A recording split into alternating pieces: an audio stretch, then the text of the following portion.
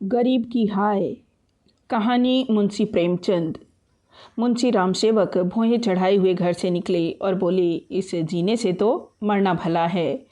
मृत्यु को प्राय इस तरह के जितने निमंत्रण दिए जाते हैं, यदि वह सबको स्वीकार करती तो आज सारा संसार उजाड़ दिखाई देता। मुंशी रामसेवक चांदपुर गांव के एक बड़े रईस थे। रईसों के सभी गुण इनमें भरपूर थे।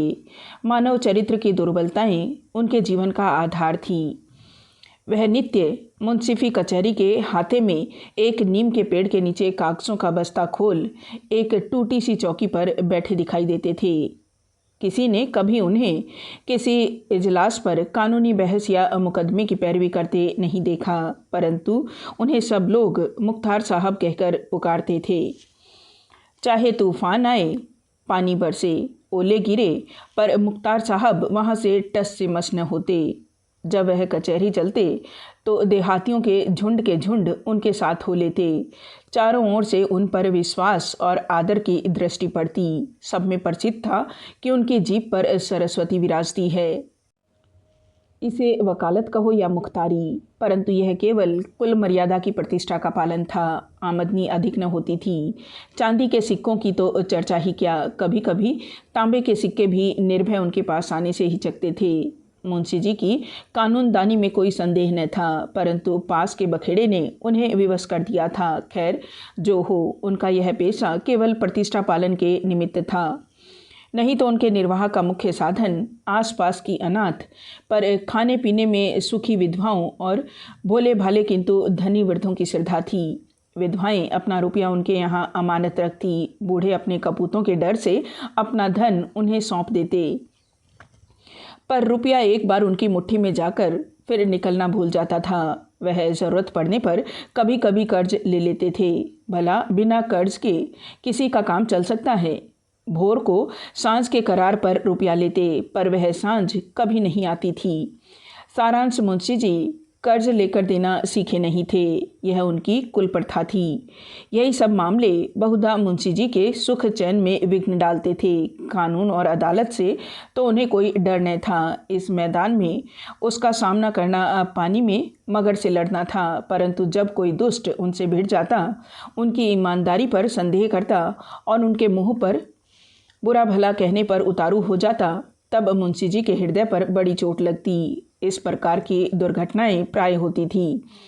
हर जगह ऐसे ओछे लोग रहते हैं जिन्हें दूसरों को नीचा दिखाने में ही आनंद आता है। ऐसे लोगों का सहारा पाकर कभी कभी छोटे आदमी मुंशी जी के मुंह लग जाते थे। नहीं तो एक कुजड़िन की इतनी मजाल नहीं थी कि आंगन में जाकर उन्हें बुरा भला कहे। मुंशी जी उसके पुराने ग्राहक थे। बरसों तक उससे सागा भाजी ली थी। यदि दाम न दिया जाए तो कुजड़िन को संतोष करना चाहिए था। दाम जल्दी या देर से मिल ही जाते, परंतु वह मुंहफट कुजड़ी 2 ही बरसों में घबरा गई और उसने कुछ अपने पैसों के लिए एक प्रतिष्ठित आदमी का पानी उतार दिया। झुंझलाकर मुंशी जी अपने को मृत्यु का कलेवा बनाने पर उतारू हो गए, तो इसमें उनका कुछ दोष न था। इसी गांव में मूंगा नाम की एक विधवा ब्राह्मणी रहती थी। उसका पति ब्रह्मा की काली पलटन में हवलदार था और लड़ाई में वही मारा गया। सरकार की ओर से उसके अच्छे कामों के बदले मूंगा को 500 रुपये मिले थे। विधवा स्त्री, जमाना नाजुक था। बेचारी ने सब रुपए मुंशी रामसेवक को सौंप दिए और महीने महीने थोड़ा थोड़ा उसमें से मांग कर अपना निर्वाह करती रही।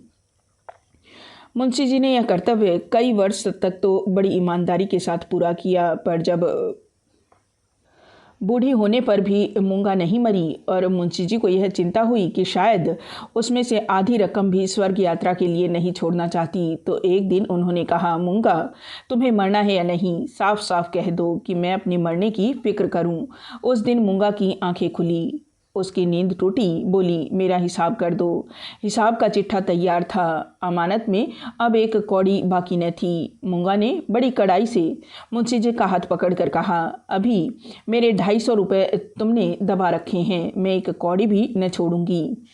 परंतु अनाथों का क्रोध पटाखे की आवाज़ है जिससे बच्चे डर जाते हैं और असर कुछ नहीं होता। अदालत में उसका कुछ जोर न था, न लिखा पढ़ी थी, न हिसाब किताब। हाँ, पंचायत से कुछ आसरा था। पंचायत बैठी, कई गांव के लोग इकट्ठे हुए। मुंशी जी नियत और मामले के साफ थे, उन्हें पंचों का क्या डर।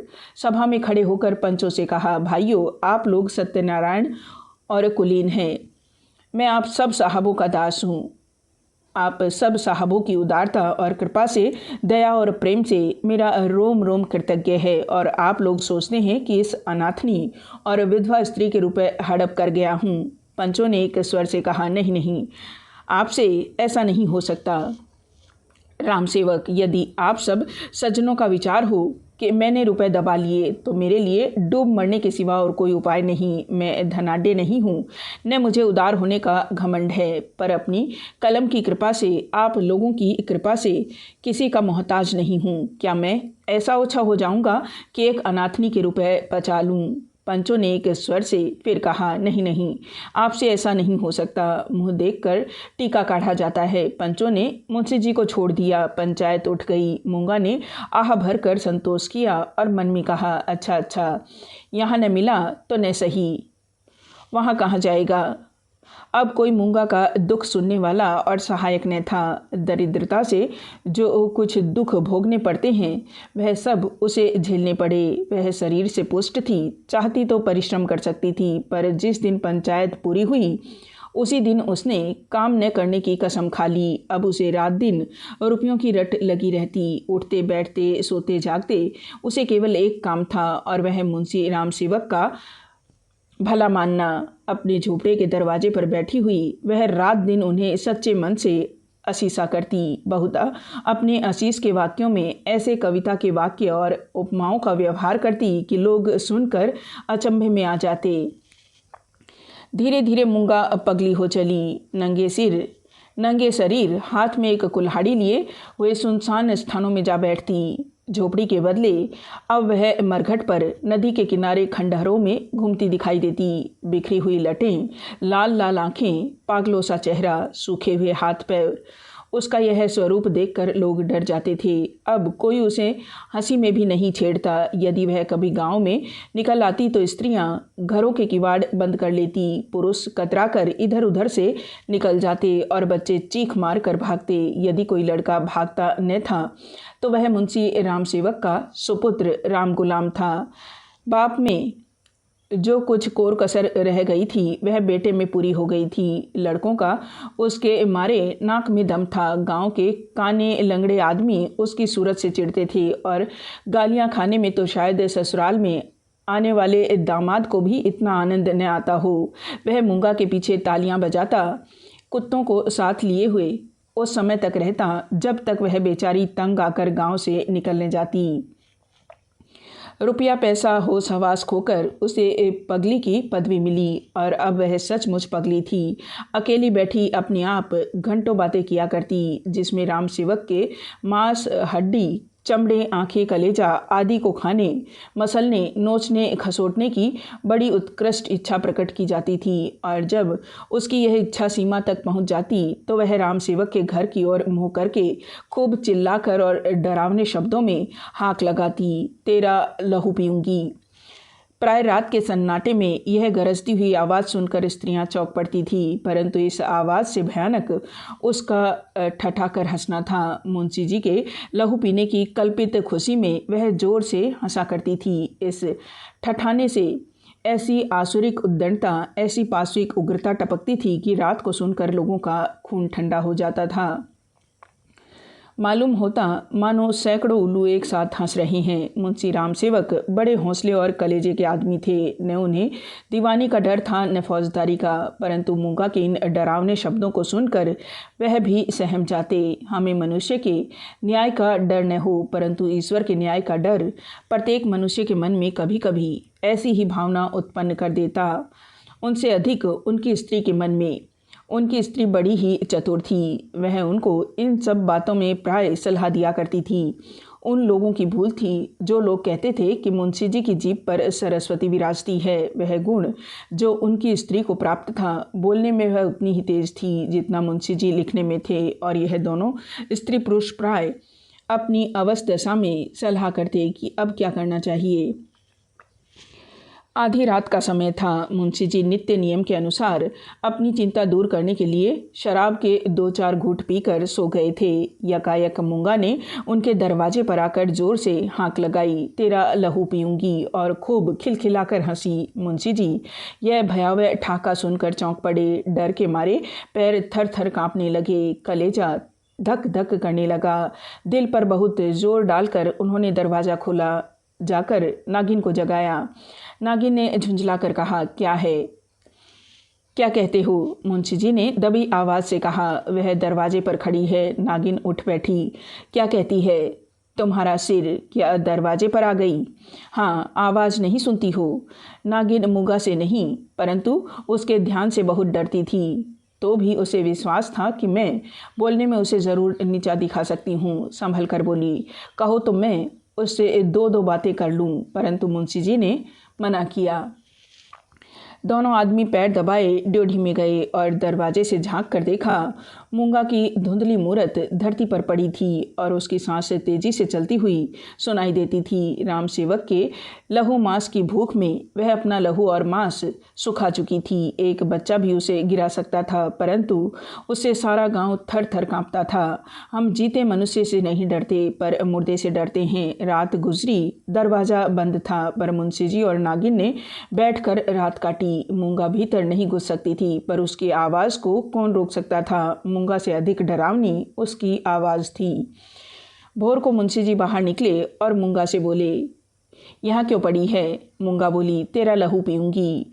नागिन ने बल खाकर कहा, तेरा मुंह झुलस दूंगी। पर नागिन के विष ने मूंगा पर कुछ असर न किया। उसने जोर से ठहाका लगाया। नागिन खिसियानी सी हो गई। हंसी के सामने मुंह बंद हो जाता है। मुंशी जी फिर बोले, यहाँ से उठ जा। न उठूंगी। कब तक पड़ी रहेगी? तेरा लहू पीकर जाऊंगी। मुंशी जी की प्रखर लेखनी का यहाँ कुछ जोर न चला और नागिन की आग भरी बातें यहाँ सर्द हो गई। दोनों घर में जाकर सलाह करने लगे, यह बला कैसे टलेगी? इस आपत्ति से कैसे छुटकारा होगा?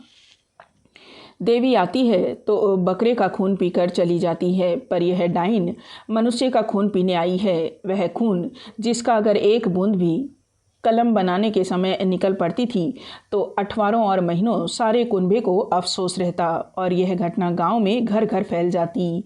क्या वही लहू पीकर मूंगा का सूखा शरीर हरा हो जाएगा? गांव में यह चर्चा फैल गई। मूंगा मुंशी जी के दरवाजे पर धरना दिए बैठी है।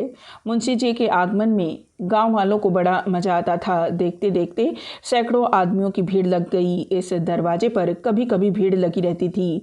यह भीड़ राम गुलाम को पसंद न थी। मूंगा पर उसे ऐसा क्रोध आ रहा था, यदि उसका वश चलता तो वह इसे कुएं में ढकेल देता। इस तरह का विचार उठते ही राम गुलाम के मन में गुदगुदी समा गई और वह बड़ी कठिनता से अपनी हंसी रोक सका। आह, वह कुएं में गिरती तो क्या मज़े की बात होती, परंतु यह चुड़ैल यहाँ से टलती ही नहीं। क्या करूँ? मुंशी जी के घर में एक गाय थी जिसे एक खाली दाना और भूसा तो खूब खिलाया जाता, पर वह सब उसकी हड्डियों में मिल जाता। उसका ढांचा पुष्ट होता जाता था। राम गुलाम ने उसी एक गाय का गोबर एक हांडी में घोला और सब का सब बेचारी मूंगा पर उड़ेल दिया। उसके थोड़े बहुत छींटे दर्शकों पर भी डाल दिए। बेचारी मूंगा लदफद हो गई और लोग भाग खड़े हुए, कहने लगे, यह मुंशी राम गुलाम का दरवाज़ा है। यहाँ इसी प्रकार का शिष्टाचार किया जाता है। जल्द भाग चलो, नहीं तो अब इससे भी बढ़कर खातिर की जाएगी। इधर भीड़ कम हुई, उधर राम गुलाम घर में जाकर खूब हंसा और खूब तालियां बजाई। मुंशी जी ने व्यर्थ की भीड़ को ऐसे सहज में और ऐसे सुंदर रूप से हटा देने के उपाय पर अपने सुशील लड़के की पीठ ठोकी। सब लोग तो चंपत हो गए, पर बेचारी मूंगा ज्यों की त्यों बैठी रह गई। दोपहर हुई, मूंगा ने कुछ नहीं खाया। सांझ हुई, हजार कहने सुनने से भी खाना नहीं खाया। गांव के चौधरी ने बड़ी खुशामद की, यहाँ तक कि मुंशी जी ने हाथ तक जोड़े, पर देवी प्रसन्न न हुई। निदान मुंशी जी उठकर भीते चले गए। वह कहते थे कि रूठने वाले को भूख आप ही मना लिया करती है। मूंगा ने यह रात भी बिना दाना पानी के काट दी। लाला जी और ललाइन ने आज फिर जाग जाग कर भोर किया।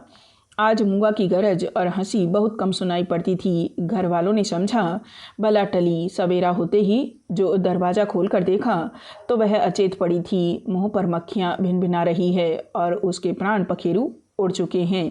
वह इस दरवाजे पर मरने ही आई थी। जिसने उसके जीवन की जमा पूंजी हड़ ली थी, उसी को अपनी जान भी सौंप दी। अपने शरीर की मिट्टी तक उसको भेंट कर दी। धन से मनुष्य को कितना प्रेम होता है। धन अपनी जान से भी ज़्यादा प्यारा होता है, विशेषकर बुढ़ापे में। ऋण चुकाने के दिन ज्यों ज्यों पास आते जाते हैं, त्यों तो उसका ब्याज बढ़ता जाता है। यह कहना यहाँ व्यर्थ है कि गांव में इस घटना से कैसी हलचल मची और मुंशी राम सेवक कैसे अपमानित हुए। एक छोटे से गांव में ऐसी असाधारण घटना होने पर जितनी हलचल हो सकती है, उससे अधिक ही हुई। मुंशी जी का अपमान जितना होना चाहिए था, उससे बाल बराबर भी कम न हुआ। उनका बचा कुचा पानी भी इस घटना से चला गया। अब गांव का चमार भी उनके हाथ का पानी पीने का, उन्हें छूने का रवादार न था। यदि किसी घर से कोई गाय खूंटे पर मर जाती है तो वह आदमी महीनों द्वार द्वार भी मांगता फिरता है। न नाई उसकी हजामत बनावे, न कहार उसका पानी भरे, न कोई उसे छुए। यह गोहत्या का प्रायश्चित था। ब्रह्म हत्या का दंड तो इससे भी कड़ा है और इसमें अपमान भी बहुत है। मूंगा यह जानती थी और इसलिए इस दरवाजे पर आकर मरी थी। वह जानती थी कि मैं जीते जी जो कुछ नहीं कर सकती, मरकर उससे बहुत कुछ कर सकती हूँ। गोबर का उपला जब जल कर खाक हो जाता है, तब साधु संत उसे माथे पर चढ़ाते हैं। पत्थर का ढेला आग में जलाकर आग से अधिक तीखा और मारक होता है। मुंशी राम सेवक कानूनदा थे।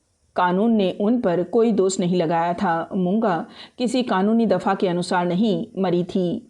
ताज़ीरात हिंद में उसका कोई उदाहरण नहीं मिलता था, इसलिए जो लोग उनसे प्रायश्चित करवाना चाहते थे, उनकी भारी भूल थी। कुछ हर्ज नहीं, कहार पानी न भरे न सही, वह पानी भर लेंगे। अपना काम आप करने में भला लाज ही क्या।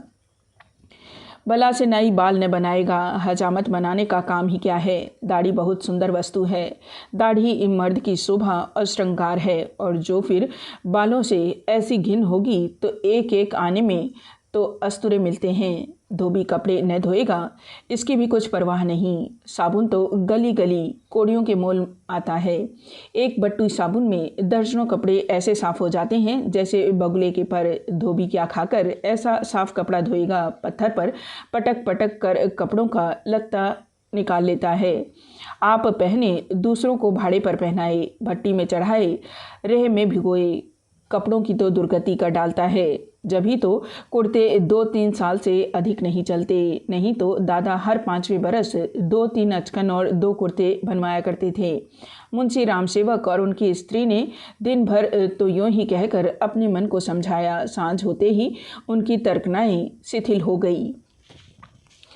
अब उनके मन पर भय ने चढ़ाई की। जैसे तैसे रात बीतती थी, भय भी बढ़ता जाता था। बाहर का दरवाज़ा भूल से खुला रह गया था, पर किसी की हिम्मत न पड़ती थी कि जाकर बंद तो कराए।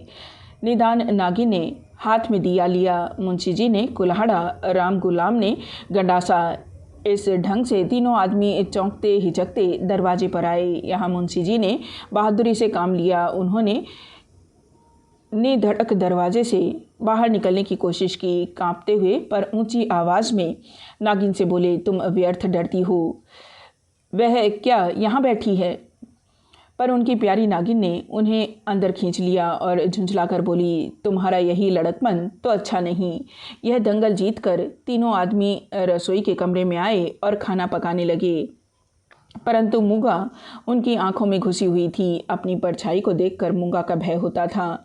अंधेरे कोने में मूंगा बैठी मालूम होती थी। वही हड्डियों का ढांचा, वही बिखरे हुए बाल, वही पागलपन, वही डरावनी आंख। मूंगा का नक सिख दिखाई देता था। इसी कोठरे में आटे दाल के कई मटके रखे हुए थे। वहाँ कुछ पुराने चिथड़े भी पड़े हुए थे। एक चूहे को भूख ने बेचैन किया।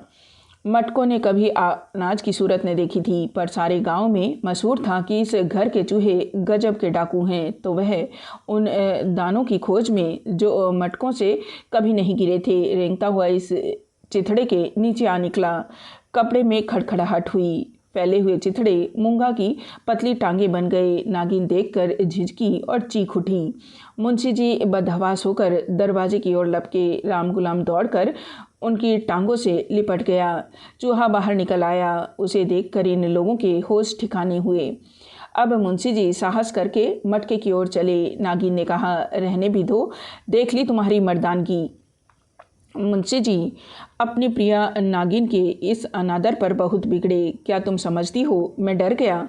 भला डर की क्या बात है? मूंगा मर गई, क्या वह बैठी है? मैं कल नहीं दरवाजे के बाहर निकल गया था, तुम रोकती रही, मैंने माना। मुंशी जी की इस दलील ने नागिन को निरुत्तर कर दिया। कल दरवाजे के बाहर निकल जाना या निकलने की कोशिश करना साधारण काम न था। जिसके साहस का ऐसा प्रमाण मिल चुका हो उसे डरपोक कौन कह सकता है? यह नागिन की हठधर्मी थी। खाना खाकर तीनों आदमी सोने के कमरे में आए, परंतु मूंगा ने यहाँ भी पीछा न छोड़ा। बातें करते थे, दिल को बहलाते थे। नागिन ने राजा हरदौल और रानी सारंद्रा की कहानियाँ कही। मुंशी जी ने फौजदारी के कई मुकदमों का हाल कह सुनाया, परंतु तो भी इन उपायों से भी मूंगा की मूर्ति उनकी आंखों के सामने से न हटती थी। जरा खटखटाकर होती तब तीनों चौंक पड़ते। उधर पत्तियों में सनसनाहट हुई कि इधर तीनों के रोंगटे खड़े हो गए। रह रहकर एक धीमी आवाज़ धरती के भीतर से उनके कानों में आती थी, तेरा लहू पीऊंगी। आधी रात को नागिन नींद से चौंक पड़ी। वह इन दिनों गर्भवती थी। लाल लाल आंखों वाली, तेज और नुकीले दांतों वाली मूंगा उसी की छाती पर बैठी हुई जान पड़ती थी। नागिन चीख उठी, बावली की तरह आंगन में भाग आई और यकायक धरती पर चित गिर पड़ी। सारा शरीर पसीने पसीने हो गया। मुंशी जी भी उसकी चीख सुनकर चौंके, पर डर के मारे आंखें न खुली। अंधों की तरह दरवाज़ा टटोलते रहे। बहुत देर के बाद उन्हें दरवाज़ा मिला। आंगन में आए, नागिन जमीन पर पड़ी हाथ पांव पटक रही थी। उसे उठाकर भीतर लाए, पर रात भर उसने आंखें न खोली। भोर को अकबक बकने लगी। थोड़ी देर में ज्वर हो आया, बदन लाल तवा सा हो गया। सांझ होते होते सन्निपात हो आया और आधी रात के समय जब संसार में सन्नाटा छाया हुआ था, नागिन इस संसार से चल बसी। मूंगा के डर ने उनकी जान ली। जब तक मूंगा जीती रही, वह नागिन की फुफकार से सदा डरती रही। पगली होने पर भी उसने कभी नागिन का सामना नहीं किया, पर अपनी जान देकर उसने आज नागिन की जान ली।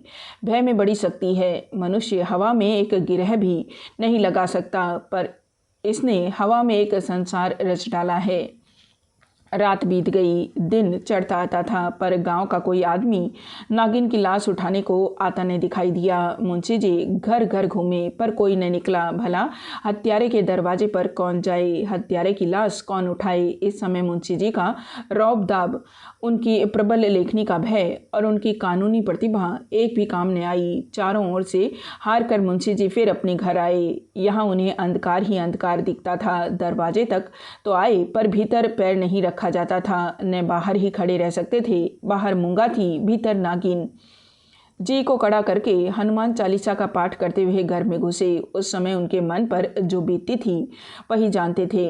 उनका अनुमान करना कठिन है। घर में लाश पड़ी हुई, न कोई आगे न पीछे। दूसरा ब्याह तो हो सकता था अभी इसी फागुन में, तो 50वां लगा है, पर ऐसी सुयोग्य और मीठी बोली वाली स्त्री कहाँ मिलेगी? अफसोस, अब तगादा करने वालों से बहस कौन करेगा? कौन उन्हें निरुत्तर करेगा? लेन देन का हिसाब किताब कौन इतनी खूबी से करेगा? किसकी कड़ी आवाज़ तीर की तरह तगादेदारों की छाती में चुभेगी? यह नुकसान अब पूरा नहीं हो सकता। दूसरे दिन मुंशी जी लाश को एक ढेले गाड़ी पर लाद कर गंगा जी की तरफ चले। शव के साथ जाने वालों की संख्या कुछ भी न थी। एक स्वयं मुंशी जी, दूसरे उनके पुत्र रत्न राम गुलाम जी। इस बेइज्जती से मूंगा की लाश भी नहीं उठती थी। मूंगा ने नागिन की जान लेकर भी मुंशी जी का पिंड न छोड़ा। उनके मन में हर घड़ी मूंगा की मूर्ति विराजमान रहती थी। कहीं रहते उनका ध्यान इसी ओर रहा करता था। यदि दिल बहलाव का कोई उपाय होता तो शायद वह इतने बेचैन न होते, पर गांव का एक पुतली भी उनके दरवाजे की ओर न झांकता था। बेचारे अपने हाथों पानी भरते, आप ही बर्तन धोते। सोच और क्रोध, चिंता और भय, इतने शत्रुओं के सामने एक दिमाग कब तक ठहर सकता? विशेषकर वह दिमाग जो रोज रोज कानून की बहसों में खर्च हो जाता था। अकेले कैदी की तरह उनके 10-12 दिन तो ज्यों त्यों कट गए। 14वें दिन मुंशी जी ने कपड़े बदले और बोरिया बिस्तर लिए हुए कचहरी चले। आज उनका चेहरा कुछ खिला हुआ था। जाते ही मेरे मुवक्किल मुझे घेर लेंगे, मेरी मातम पुरसी करेंगे, मैं आंसुओं की 2-4 बूंदें गिरा दूंगा, फिर बेनामों रहनामों और सुलहनामों की भरमार हो जाएगी। मुट्ठी गर्म होगी, शाम को जरा नशे पानी का रंग जम जाएगा। जिसके छूट जाने से जी और भी उचाट हो रहा था। इन्हीं विचारों में मग्न मुंशी जी कचहरी पहुँचे, पर वहाँ रहनामों के भरमार और बेनामों की बाढ़ और मुवक्किलों की चहल पहल के बदले निराशा की रेतीली भूमि नजर आई। बस्ता खोले घंटों बैठे रहे, पर कोई नज़दीक भी न आया। किसी ने इतना भी न पूछा कि आप कैसे हैं। नए मुवक्किल तो खैर बड़े बड़े पुराने मुवक्किल, जिनका मुंशी जी ने कई पीढ़ियों से सरोकार था, आज उनसे मुँह छिपाने लगे। वह नालायक और अनाड़ी रमजान, जिनकी मुंशी जी हंसी उड़ाया करते थे और जिसे शुद्ध लिखना भी न आता था, गोपियों में कन्हैया बना हुआ था। वह हरे भाग्य मुवक्किल यो मुँह फेरे चले आते हैं, मानो कभी की जान पहचान ही नहीं। दिन भर कचहरी की खाक छानने के बाद मुंशी जी अपने घर चले। निराशा और चिंता में डूबे हुए ज्यों ज्यों घर के निकट आते थे, मूंगा का चित्र सामने आता जाता था। यहाँ तक कि जब घर का द्वार खोला और 2 कुत्ते, जिन्हें राम गुलाम ने बंद कर रखा था, झटपट बाहर निकले तो मुंशी जी के होश उड़ गए। एक चीख मारकर जमीन पर गिर पड़े। मनुष्य के मन और मस्तिष्क पर भय का जितना प्रभाव होता है, उतना और किसी शक्ति का नहीं। प्रेम, चिंता, निराशा, हानि, यह सब मन को अवश्य दुखित करते हैं। यह हवा के हल्के झोंके हैं और भय प्रचंड आंधी है। मुंशी जी पर इसके बाद क्या बीती मालूम नहीं। कई दिन तक लोगों ने उन्हें कचहरी जाते और वहाँ से मुरझाए हुए लौटते देखा। कचहरी जाना उनका कर्तव्य था, और यद्यपि वहाँ मुवक्किलों का अकाल था, तो भी तकादे वालों से गला छुड़ाने और उनको भरोसा दिलाने के लिए अब यही एक लटका रह गया था। इसके बाद वह कई महीने तक दिख न पड़े। बद्रीनाथ चले गए। एक दिन गांव में एक साधु आया, भभूत रमाए, लंबी लंबी जटाएं, हाथ में कमंडल। इसका चेहरा मुंशी राम सेवक से बहुत मिलता जुलता था। बोलचाल भी अधिक भेदभाव न दिखता था। वह एक पेड़ के नीचे धुनी रमाए बैठा रहा। उसी रात को मुंशी राम सेवक के घर धुआं उठा, फिर आग की ज्वाला दिखने लगी और आग भड़क उठी। गांव के सैकड़ों आदमी दौड़े आग बुझाने के लिए, तमाशा देखने के लिए। एक गरीब की हाय में कितना प्रभाव है। राम गुलाम मुंशी जी के गायब हो जाने पर अपने मामा के यहाँ चल गया और वहाँ कुछ दिनों रहा, पर वहाँ उसकी चाल ढाल किसी को पसंद न आई। एक दिन उसने किसी के खेत में मूली नोची। उसने 2-4 धौल लगाए। उस पर वह इस तरह बिगड़ा कि जब उसके चने खलिहान में आए तो उसने आग लगा दी। सारा का सारा खलिहान जलकर खाक हो गया। हजारों रुपयों का नुकसान हुआ। पुलिस ने तहकीकात की। राम गुलाम पकड़ा गया। इसी अपराध में वह चुनार के रिफॉर्मेटरी स्कूल में मौजूद है।